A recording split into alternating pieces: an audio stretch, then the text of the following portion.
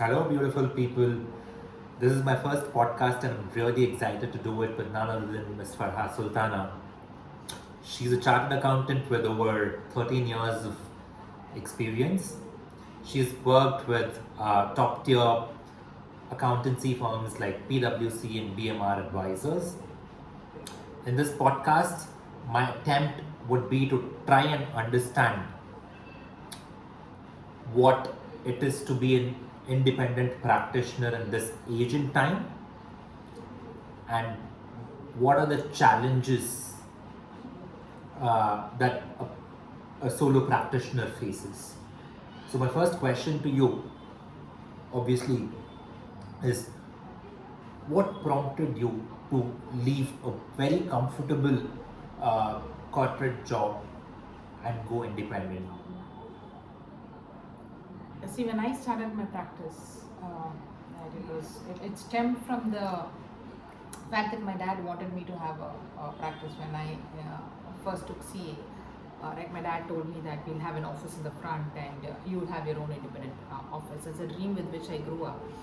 But once I started doing finished my CA, I also understood that if you want to do real creamy work or niche work, then you don't get it at small firms. You need to go to big firms because that's where MNCs come, that's where traffic comes, that's where good work comes. So then the idea of starting my own practice kind of dropped. Right. But then it again, the desire came up in the last few years before which I started to do my practice. And I think that was the starting in the motivation about it. There was also a small feeling after my dad went that I just don't want to be doing just one thing, just doing tax and a lot of facets in life, and I wanted to explore a lot of things. So I thought, okay, this is the right time for me to plunge and take the Risk of being an entrepreneur. Sure. That's nice. My second question to you is, what do you do to stay relevant and competitive, given that you're a sole practitioner, very limited resources at your disposal, right? How do you manage with the limited resources that you have to give, premier quality service to your clients? See, I always think that irrespective of the fact that you're there in a bigger organization where it is even more convenient for you to learn things because you're working on a lot of things, your peers talk about a lot of new developments that happen, and then you have in-house training programs, which maybe a small firm or an independent practitioner may not have. But one thing you can get that through is keep subscribing to a lot of things. I mean, initially, some of these news, or we have like, for example, for tax, we have Tax Sudra, there Manupatra, and a lot of things which are as a subscription fee a little higher. And sometimes I used to think, okay, why should I pay for it? Why can't I Google and get it? But trust me, once you subscribe to these things, the knowledge is great because you get updates, and that keeps you relevant. Second thing is always go for meetings or seminars there, because something to be retained in your mind. When you read something, it just doesn't get retained in your mind. You need to either write it down in the form of an article or discuss with somebody. These are the two ways in which you can retain what you have read, right? So these two sources again will help you,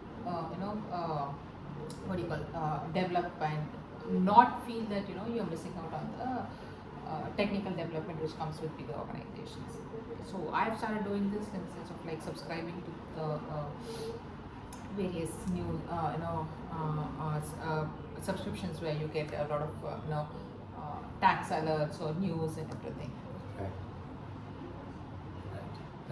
That's good to know. When in fact I was a junior, my seniors used to tell me that a good starting point for a business lawyer would be to read multiple pink papers, that being Business Standard or Financial Express or Economic Times, which used to be good. Obviously the quality is dwindled over the years. There is more advertisement now than real content.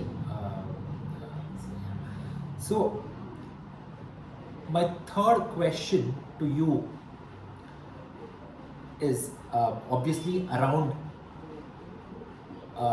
invoice recovery. I'm sure that must be a hell of a challenge. I mean, being a solo practitioner, you all your time goes into building your practice. You probably might not have any other stream of income, since you are dedicated towards building a practice. I mean, then in that case, how do you uh, ensure that you make timely recovery of your invoices? Because even if one client defaults, for all we know, in year one, probably he might be, or that entity might be the only client, and if they don't pay on time, then you sort of start panicking, because you need that money to Survive, basically. survive, right? Yeah. So Right. how do you deal with those anxious moments and those those kind of challenges then?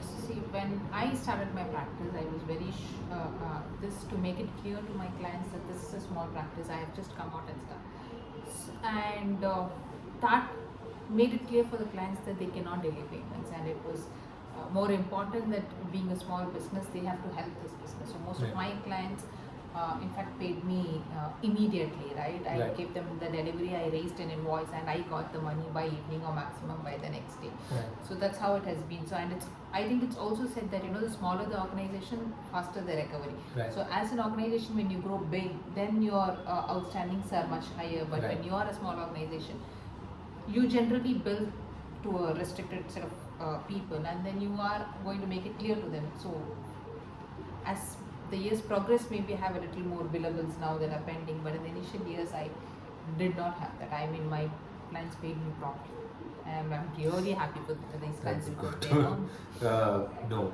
And there's one more thing I'll also tell you. I think I've also told that earlier, that not only paying me money on time, most of my clients, I had already told them that I have this target to be reached. This is what I want to do, and there are clients who have like consciously helped me achieve this. So the clients will say, okay, Farah, probably we are paying you in terms of fees only so much.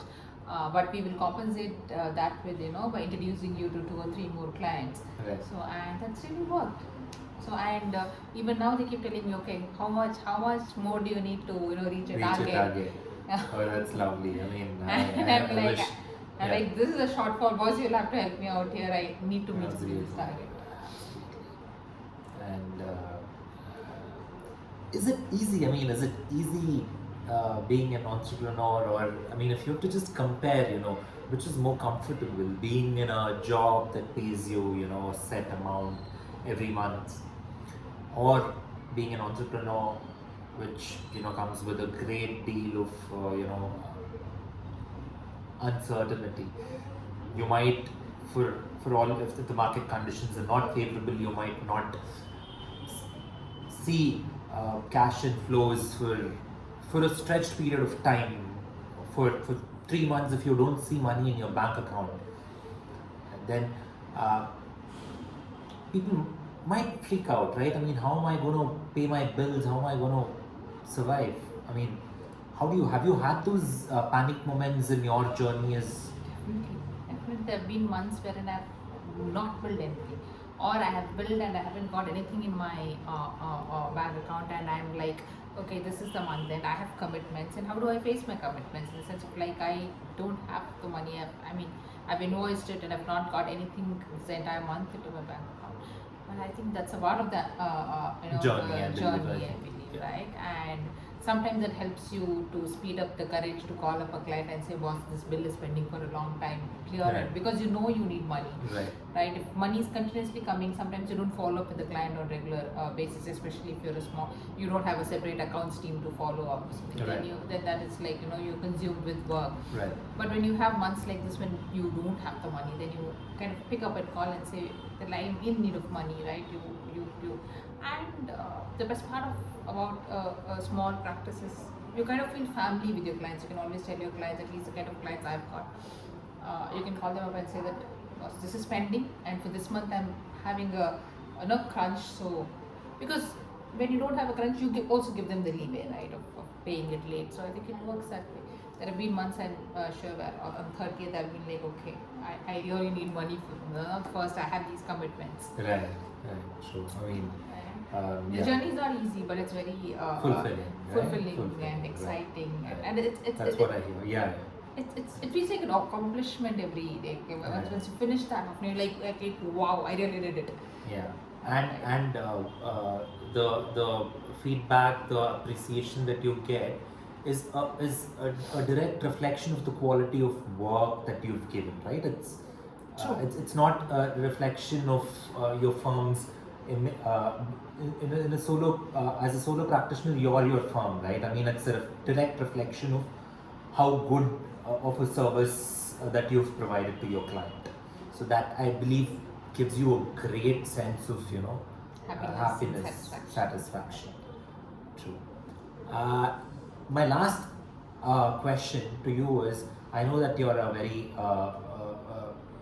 you're passionate about theatre, and that you're also a part of a very prominent theatre group in Chennai. How do you juggle theatre with a very active practice that you have to? I always believe that you need to plan. Okay, planning is the most crucial thing. When you can plan, you can fit in a lot of things into one particular day.